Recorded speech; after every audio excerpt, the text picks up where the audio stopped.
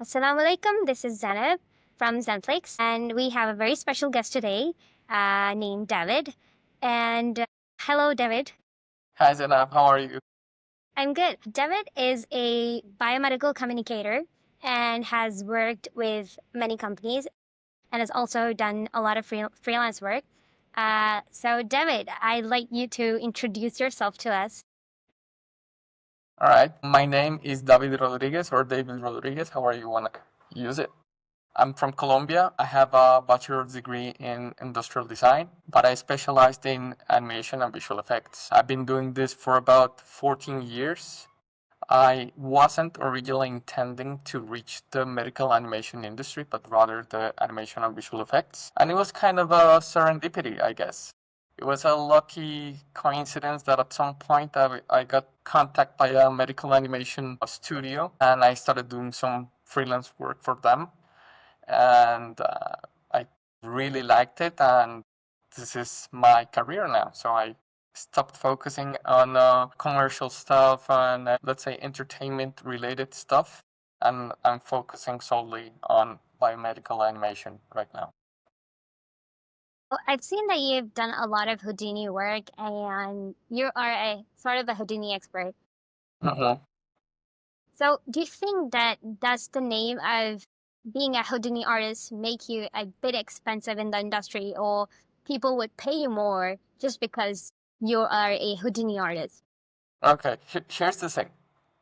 Houdini is just another tool, as Blender is, or Cinema 4D, or any of the other tools available in the market. The difference with Houdini is that Houdini is probably, let's say, it's a little more technical, right? And the learning curve is a lot harder, but that learning curve and that difficulty to dominate the software translates into an ability to customize anything you need to create. So I'm talking about, for example, visual effects for film or detailed medical animations. Hmm. So I suppose that the tag of being a Houdini artist gives me the, let's say, like another expertise tag. Like, okay, this guy is a medical animator, but he's also a Houdini artist, Yeah. right? So he has the ability to do a little bit more if Mhm. it gets required. So to be honest, I don't think that makes me more expensive, but probably the tag helps in gaining some credibility towards being able to solve different types of visual problems or communication problems. Yeah, understood. So, what's the name of the company that you're currently working in? Sorry? What's the name of the company that you're currently working in? Oh, Would you okay. I describe mainly your work role? for I mainly work for a UK based studio called Science Animated or Sci. They do Yeah. a lot of 2D animation work, but whenever they need any 3D animation work, I'm the guy. Yeah. All right. I'm sure they hire some other 3D freelancers, but I'm like the main, uh, Mhm. let's call it, I'm the spearhead of their 3D work. Yeah, yeah, yeah. So you're the one leading the stuff. I Into have an animation lead or a 3D lead that works at the studio in the UK, but Mhm. I'm probably like the most. I'm the one that does like most of the 3D work there. Mhm. All right, all right. So, I'd like to know if you want like to disclose how is the company working? Like, what's the company doing to keep itself above the water or to run the business? Like, what's the company doing to run itself and how it's getting work and how's the entire process being happening? If you'd like to disclose in Okay, the company Science Animated, yeah, yeah, yeah. I'm a little bit restricted, Okay, yeah, that's about the okay. things I can tell. But Yeah, whatever. Yeah, yeah. the thing I can tell you is that Cyani is part of a bigger company called Carger, and they are science publishers. Yeah. So they have a lot of contact with universities, with researchers, with pharmaceutical companies, and they usually reach out to them to, to publish in they have magazines, they have websites. They're probably bigger than I know. And whenever they need anything else, animation related, they pass that work to us. So yeah, it's very likely because they are a bigger company that they are keeping, above the water in this turmoil. Okay. They're yeah, I understand. You mean they're the giants in the industry, so yeah, yeah, get it. I really love your work on your portfolio website, ArtStation. And I'd really like to screen share, and I'd like to discuss your workflow, your typical workflow while Mhm. you're developing a 3D medical scene. Just okay, great. All right, so yeah, so would you like to talk about this particular scene that you developed? What was your Sure. workflow from modeling to? Oh, I'm just gonna pause it with you. Sorry, from modeling to the final composite. Okay. Here's the funny thing.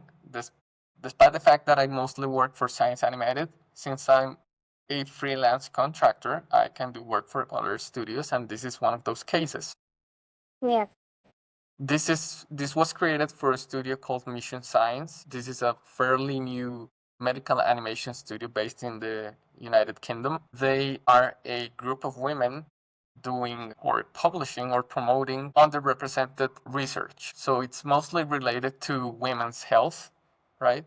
Women's rights, and so on. So in this case, they wanted to create like a basic introductory animation, and they needed to have a few connected clips. And these connected clips were a DNA strand sequence, which later moved into a chromosome sequence, and then it moved into a bloodstream animation, and later on it finished on a fetus of a baby. So the first thing I usually do is to read the client's brief or the client's script if they have it. In this case, they had like a slide brief slash script. It was not clear at the beginning. So I start to break down what's actually needed for each scene, right? So for example, in the first one, they needed a few DNA strands. For the other one, they needed the chromosome models. Then the red blood cells, the inside of the vein, then the model of the baby. And I start to make a list of, okay, I need to create this model, or I can purchase or get this model on, right? What things you can cut out on so that you can lessen the amount of time you're putting into a project. That's a very smart way. Sure, Yeah. yeah, that's another requirement because when you have like very tight time constraints, you have to decide what's better for you, right? In this case, the time I was given to do this was pretty short. So I was like, okay, I can create these models pretty quick, right? But I may need to purchase these few models to save some time. And then I texture them and tweak them, you know, to optimize my time. Another thing I did with this one was that part of the animation was created with Houdini, but most of the animation itself and the rendering was created inside Unreal Engine because obviously Unreal Engine allows for real-time rendering. So it saved a lot of time. I saved a lot of time doing so. And really interesting to know because it doesn't look like it's rendered out of Unreal Engine. It looks amazing. Thank you. Thank you. It's still quite hard because Unreal Engine is in fact a game engine, so it's not optimized to do animation. So you have to do there's a lot of tweaks that you have to do and a lot of setup beforehand to be able to take the models and stuff. So I have done this in the past when I have had like tight deadlines where I was like, okay, I either render offline and take a lot of time, or I try to take things to Unreal Engine and render it in real time. And in the end, it's like it requires more work on your side to set up everything, but in the end, you recover that time and you gain a little bit more when you get to the rendering point. So I was like, okay, I'm on a tight constraint. I'm gonna do it this way, and that's what I did. So as I said, And mhm, that's very smart because you're putting a lot of time into the pre-production, modeling and setting up the scene, texturing and all of that to make the scene look perfect. And you're saving up on the render time. So that's quite smart. yeah, and as I told you, I have tried it before because I've been faced with this problem before a lot of times. So it was like, if I do it offline, if I render offline, it takes, for example, 2 minutes per frame, right? But this whole sequence can render in under 5 minutes if I use Unreal Engine. So even if it takes a lot more time, even if it takes you a few hours to set up everything inside Unreal Engine, it gets compensated later. So that's one thing you have to consider whenever you work, right? And okay, so going back to this one, as I told you, I created some of the models inside Houdini, and some of them were purchased. One of the models I created was the DNA strand, and that's what I want to show you. I have created a few tools before. If you check my ArtStation page, I have a tool called Simple Molecule, which I released for free for anyone to use. If you use Houdini, you can download the tool for free. There's a link over. Yeah, I absolutely love it. And this one's basically a when you go to the PDV library and you download the model, there's an option called like Gaussian surface, and this kind of it's an imitation of that, but you can take any shape you want and convert it into a molecule or protein looking model. Organic looking thing, yeah. Exactly.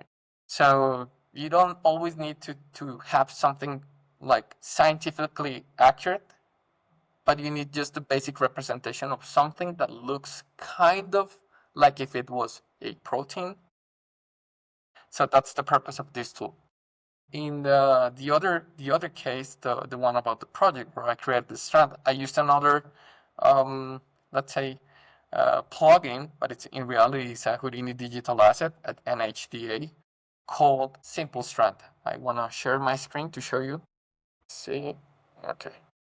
So this is a screen capture I did beforehand because otherwise I was unsure if it was going to load while we were sharing our screens. So go. Okay. So as you can see, this is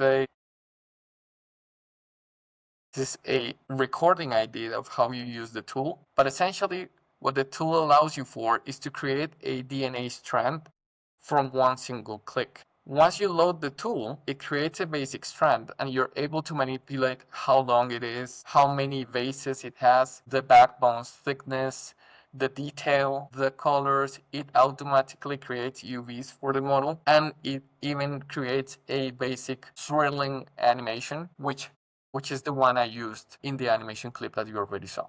That's basically it. I created this tool like a few months before. It was not created specifically for this project, but the reason I create these tools is because I'm usually required to do let's say many repetitive tasks, right? So you usually get required to do a DNA strand, and I'm like, I can either purchase a DNA model, a DNA strand model, or I create one. So in this case, since this tool allows me to customize the look, or the length, everything, I was like, okay, I don't want to keep using the same model that everyone is using, but I'd rather create my own and customize it to my needs. And so that's the reason I created this tool, and that's also the reason I created the other tool you showed before.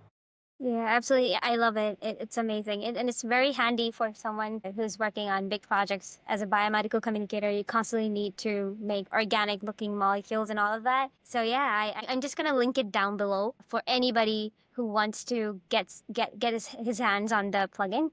So yeah, thank Sure. you for sharing, David. Yeah, I'm gonna share this. Actually, the DNA strand tool, I'm still developing it because it has a few bugs. But once that one is ready, I'm going to release it for free as well. So how do you speed up your workflow as a 3D medical animator while maintaining scientific accuracy? Okay, well, the main thing in medical animation is that you have to be precise and accurate, right? So that's the main goal. You can create nice visuals, but if they are not accurate or precise, you're gonna have some trouble. So usually if it's like a requirement from the client, then you gotta look for the accuracy. Right. So, for example, in my case, that I'm not a medical specialist by any means. I'm just, let's say, I do animation and I do like science, but I'm not an expert.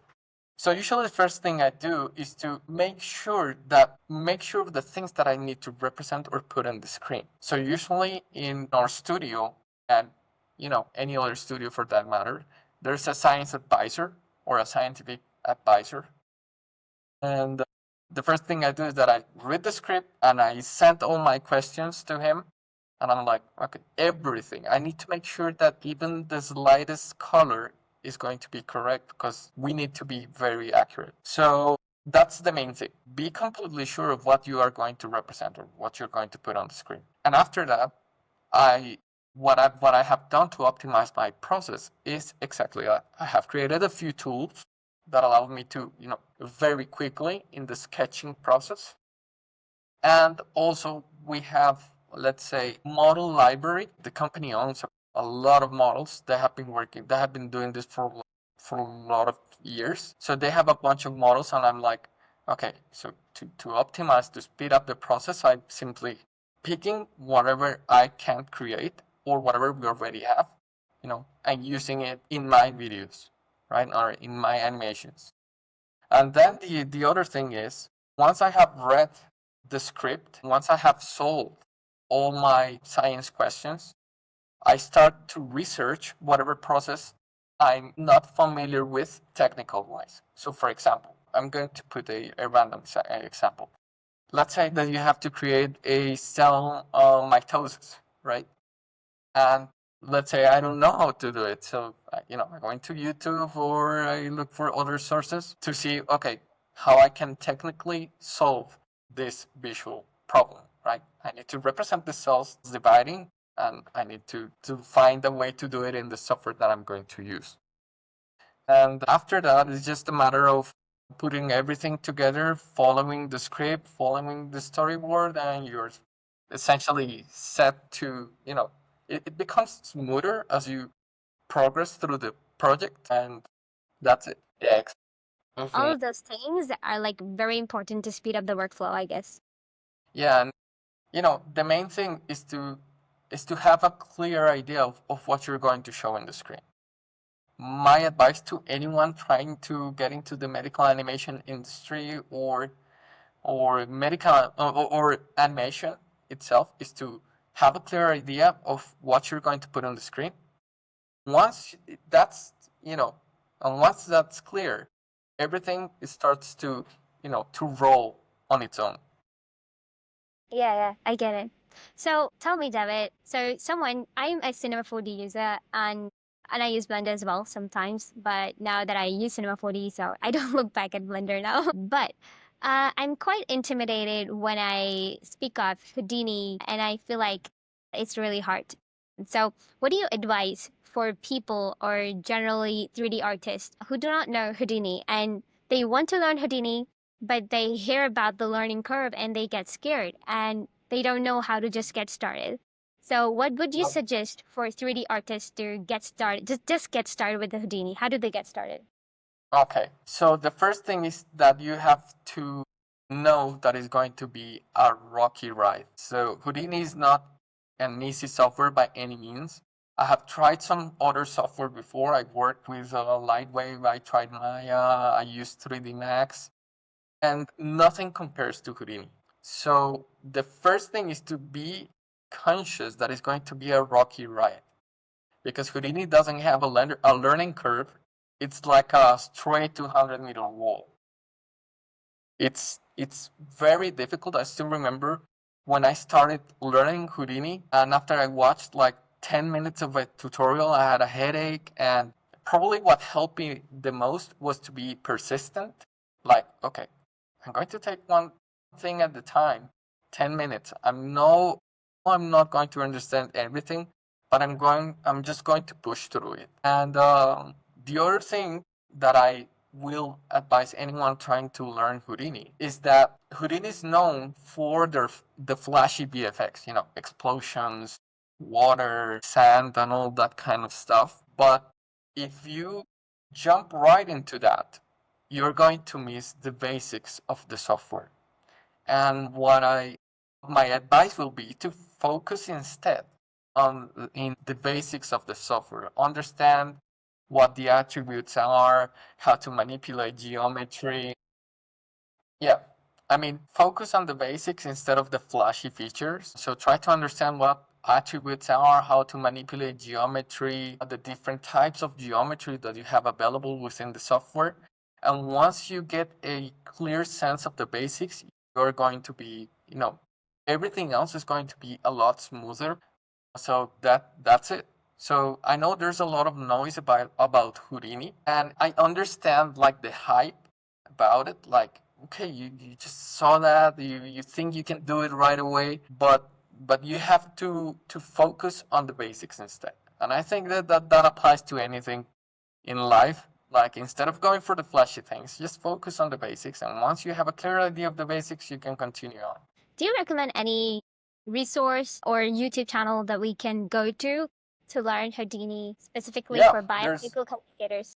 I mean, the Houdini website has a learning section, which is pretty good. It's divided into the level that the artist has. So, for example, there's a beginner section, um, there's a middle artist section, and there's an advanced section, and it's divided into the types of topics that you may want to try. So, for example, there's a part where you can learn how to do explosions, how to manipulate soft bodies, which is very useful to medical animators, and that will be my main resource. Though there's a lot of YouTube channels that teach.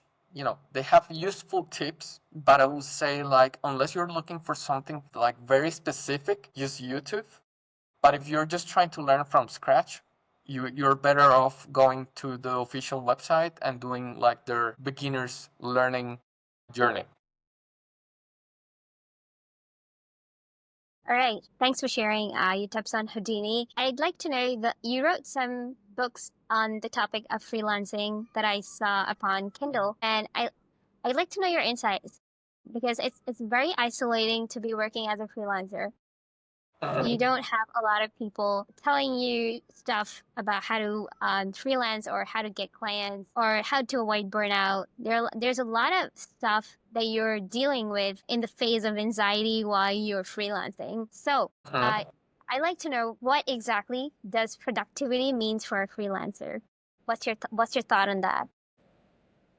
Okay, I mean, productivity is essentially doing the most you can with whatever resources you have at hand, right? So if you're just starting and you just have an old laptop, the productivity is restricted by how much that laptop can do, but also your attitude towards what you have at hand plays a huge role in how productive you are. So what I've seen through the years of doing this, because I've been freelancing essentially all my career, is like, okay, your environment isn't always going to be perfect. If you're working from home, your house is going to have a lot of distractions. If you have a kid, I have a 2-year-old kid, which eventually comes and says hello. And for example, if you don't have a specific place to work, you may have to work in your dining room or in your living room or even your bedroom, and you have the TV in front of you and you have to control yourself not to turn it on and start watching Netflix and or take your cell phone and start scrolling social media. So you have to set boundaries, right? Like if you're working, regardless of the place where you are. The other thing is, if you have a, let's say, like I said, if you have, let's say, an old computer, right? Your productivity is a bit limited, but that's what you have, and you have to make the most of it. So that's it. Absolutely. Yeah, I agree with the fact that we as freelancers never get a suitable environment. We will never be lucky enough to get an environment where we say like, okay, whoa, okay, here's my office and home and I'm working. I mean, most of us are not lucky enough, all right? And most of us are just jamming ourselves in the home and trying to make the most of our time. And I feel like, especially as a woman, I feel like I'm trying to make the most of everything, of every time from the entire day. And I know that it's really hard to like push through different hours. And so yeah, I really agree on you that you have to make the most of your resources that you have. So yeah, that's a valid point. So another question: how do you reach big pocket clients as a freelancer without going through a lot of hassle of cold emailing? Okay. Here's an advice that I got from my father when I was very young, and I still apply today. One of the things he told me was, you are better off learning on somebody else's money. What does that mean?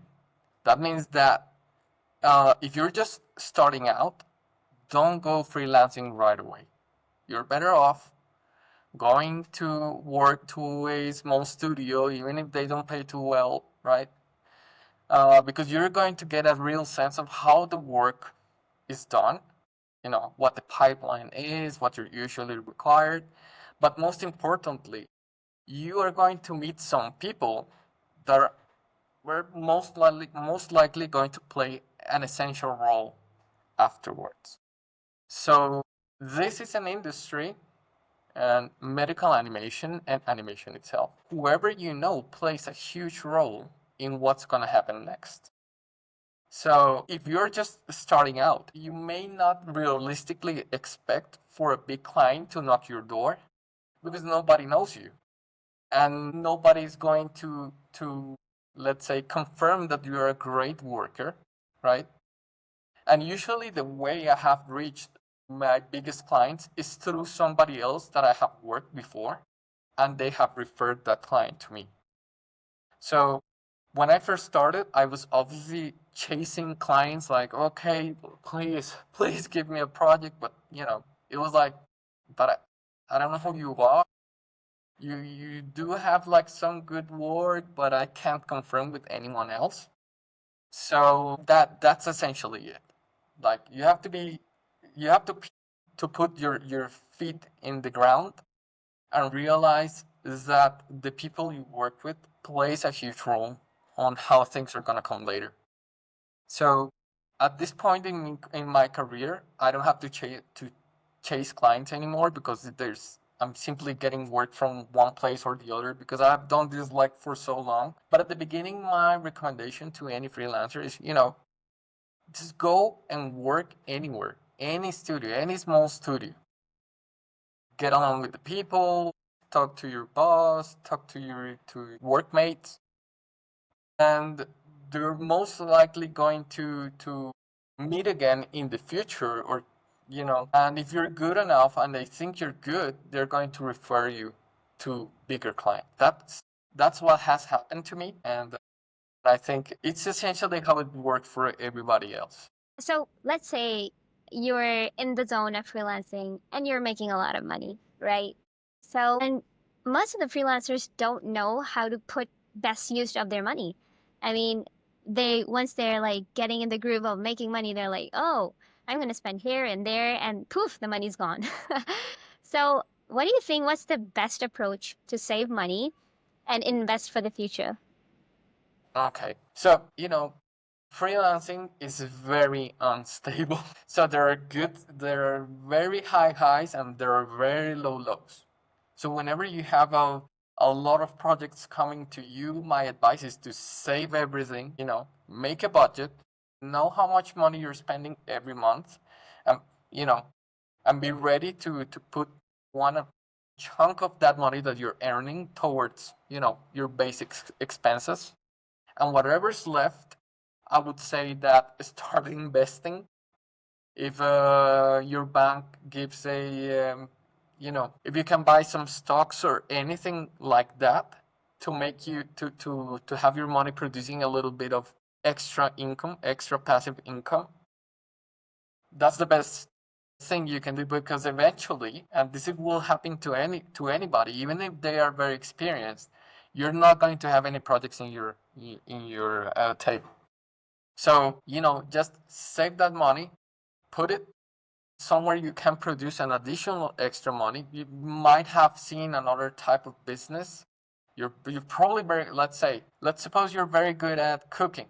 You have a partner and they want to put a business together. You can use that money to help that business grow and you get something from it. But as I would say, don't put all your eggs in one basket, sorry. So if you're exclusively depending on how your on your freelancing goes, you're probably going to have a hard time at some point.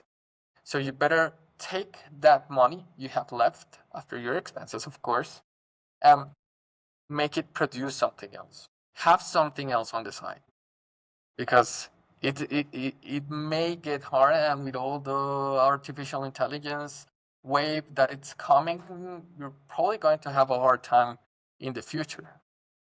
So be ready. Oh yeah. So I'm an Asian. Okay. So most of the work uh for the job of biomedical communicator is mainly posted by people living in US, UK, Europe side, right? Mm-hmm. So as an Asian, how do I make myself stand out so that if I apply, they get me hired immediately, Mm-hmm. regardless of the fact that I'm an Asian. Okay. The thing is that with after the pandemic, remote work became a lot more popular, and a lot of studios opened their minds about hiring people outside of their, you know, regular, let's say, professional market. So most of the big biomedical animation studios are located within the US and Europe, as you mentioned, but that doesn't mean that you can't reach out to them. If you're good enough, if you have a great portfolio, and if you speak English, which is essential. If you don't speak English, you're done, right? So you need to put together a great portfolio. You have to have a decent level of English, and that's at least going to put you in front of their door, which is essentially what you need, right?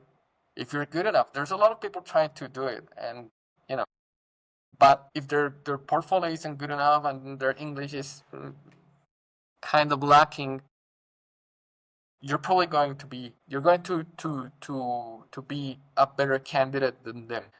So I would say just put together a great portfolio, and if you don't have a great English, just practice it. I don't have a great English, but it's enough to have a conversation with somebody.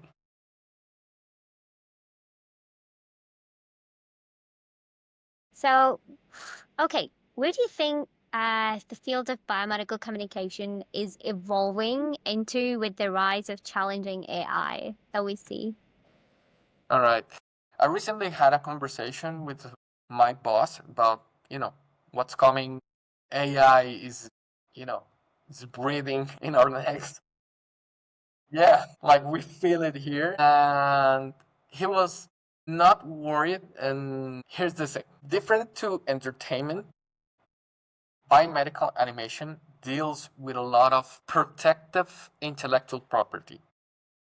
And the fact that you put together information within an AI model or an AI, like a ChatGPT or whatever, that information is going to be sent to that database and is going to break your, most likely, in non-disclosure agreement. So I would say that at least for biomedical animation, AI is not going to be, let's say, it's not going to make all our work because we are going to have IP restrictions. But we can use AI to optimize our workflow. So for example, I have to create an animation. Let's say that I have to create a mechanism of action, which is, let's say, a generic thing.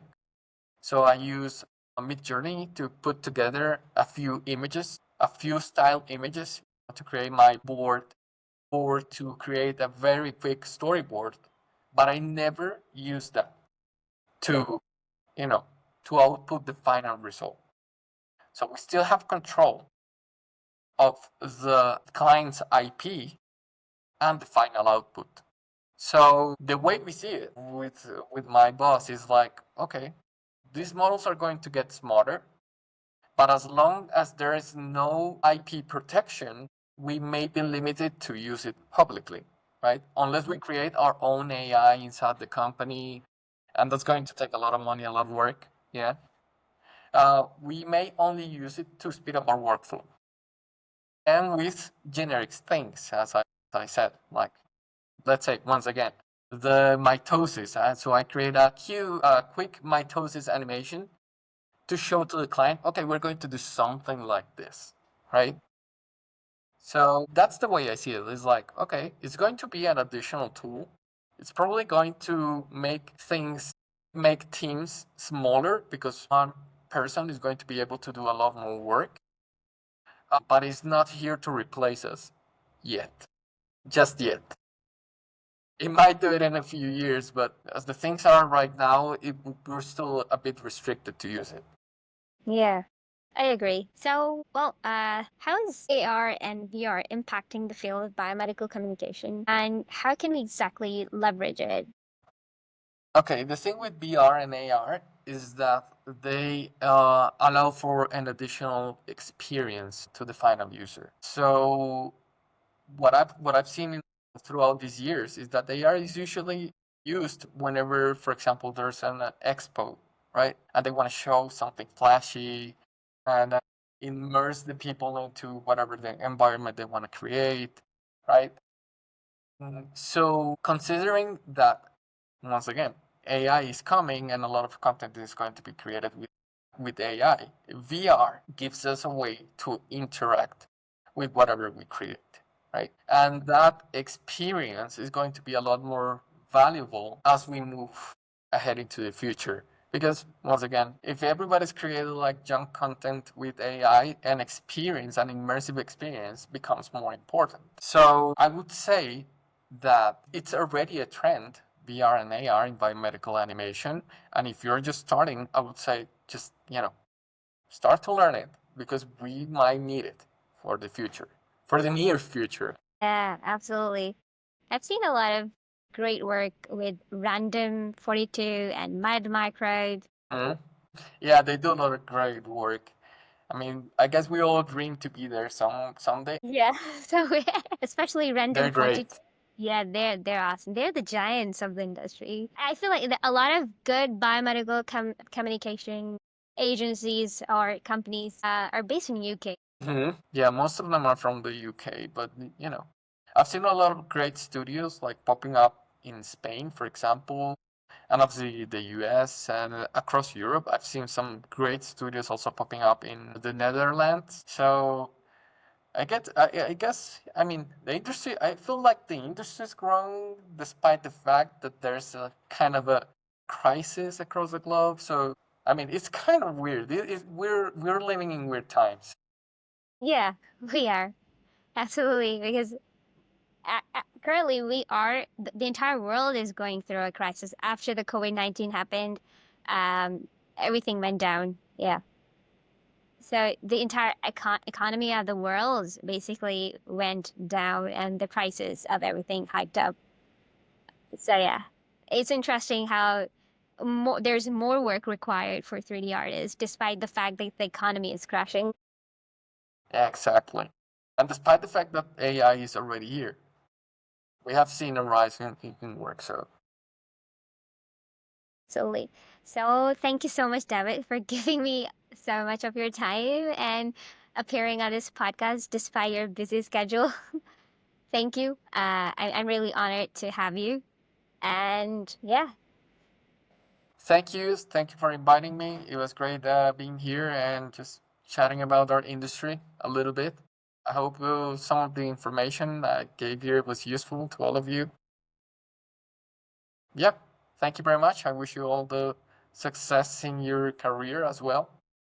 you're welcome. Thank you. I hope to see you on the road.